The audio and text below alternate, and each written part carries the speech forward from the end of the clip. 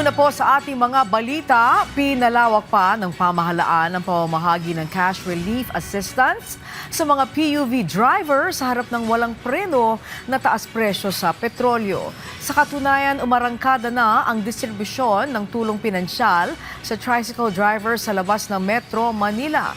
Si J.M. Thompson sa sentro ng balita.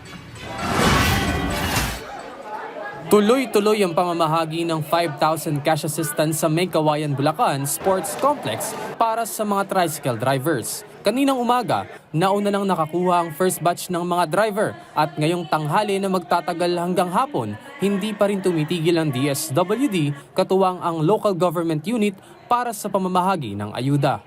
Si Edgardo Gata Jr. may 3 anak at nangungupahan. Pasasalamat niya na mayroon siyang makukuhang ayuda ngayong araw. Malaking tulong daw ito. Paglinta ng bahay, tapos pambili ng bigas, mga panggasolina lang din, pangdagdag.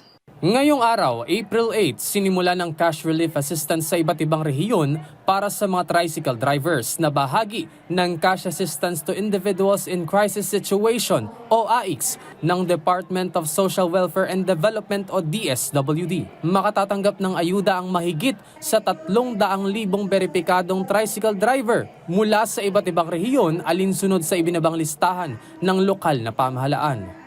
Ang senior citizen na si Mario Castrens gustong makasiguro na maaga siyang makapila at makakuha ng ayuda kaya pasado alas 5 pa lang ay nandito na siya sa sports complex. Pagkatapos kong makuha yung subsidy, bala kong mamasada uli. Meron na akong panggas. Si Jeffrey Arado naman, hindi nakakuha ng ayuda ngayong araw dahil may problema sa verification process. May paglalaanan na sana ang kanyang makukuhang 5,000 pisong tulong pinansyal. Bayarin na kuryente, tubig, gasolina. Wala, hindi makuha, reschedule pa raw. Mali yung birthday, 1980 sa payroll, 1981 ako. Reschedule, hintayin na lang daw, tawag ng barangay. Payo ng DSWD, bago pumunta sa mga payout sites, siguraduhin na dala-dala ang mga kinakailangang dokumento gaya ng valid driver's license at photocopy nito. Kung sakali naman na magkaproblema ang iyong pangalan, bukas ang help desk para tugunan ito. Dumating din si May Kawayan, Bulacan Mayor Henry Villarica para personal na tingnan ang kasalukuyang sitwasyon ng payout. Sabi niya, bago pa ang pamamahagi, napaghandaan na nila at nasalang mabuti ang isinumiting listahan.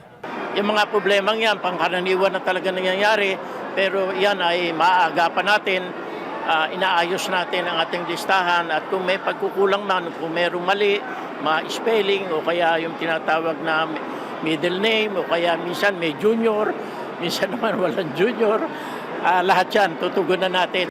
Samantala, matatandaang wala pa ring preno sa pagtaas ng presyo ng produktong petrolyo, lalo na sa diesel sa ilang gasolinahan. Ngayong linggo, pumalo na sa 5.40 pesos ang itinaas ng presyo ng gasolina kada litro, habang ang kerosene ay tumaas ng 8.10 pesos ang kada litro at ang diesel na aabot sa 18.60 pesos ang itinaas kada litro.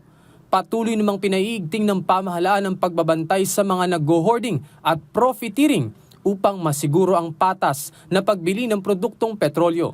Ayon sa DSWD Assistant Secretary Irene Dumlao, magkakaroon ng special payout para sa mga PUV drivers na hindi nakakuha ng ayudang pinansyal sa NCR dahil hindi nakasama sa unang listahan. Para sa mga tricycle drivers dito po sa Kamaynilaan, ang special payout ay gagawin sa April 13. Para naman sa mga jeepney drivers, ang special payout po nila ay April 14. Para naman sa mga TNVS drivers, April 15. Para naman sa mga MC taxi at service delivery riders, ang special payout po nila dito sa National Capital Region ay gagawin naman from April 17 to 19. J.M. Thompson para sa Pambansang TV sa Bagong Pilipinas.